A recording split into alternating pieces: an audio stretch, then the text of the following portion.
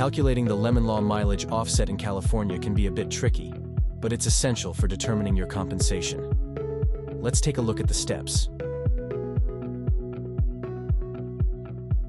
If a car is deemed a lemon under the lemon law, the manufacturer is typically allowed to offset the refund with what is known as a usage fee, aka the mileage offset. The lemon law mileage offset refers to the amount deducted from your refund or replacement value. This offset accounts for the use of the vehicle before the defect for which it is being considered a lemon was first reported. First, note the mileage on your vehicle at the time of the first repair attempt for the defect that renders it a lemon. This is crucial for calculating the mileage offset. The mileage offset is calculated using the formula: mileage at first repair attempt multiplied by the vehicle purchase price divided by 120,000 miles, which is the average lifespan of a vehicle. This formula accounts for the use of the vehicle before the vehicle was deemed a lemon.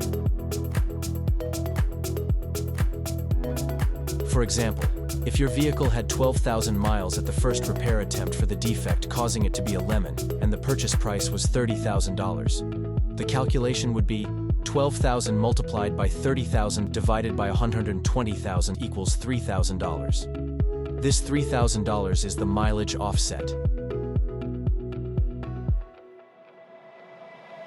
Subtract the mileage offset from your refund or replacement vehicle value.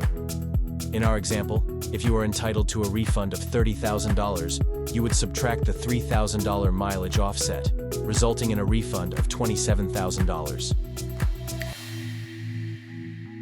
Understanding how to calculate the mileage offset ensures you receive the correct compensation for your lemon vehicle.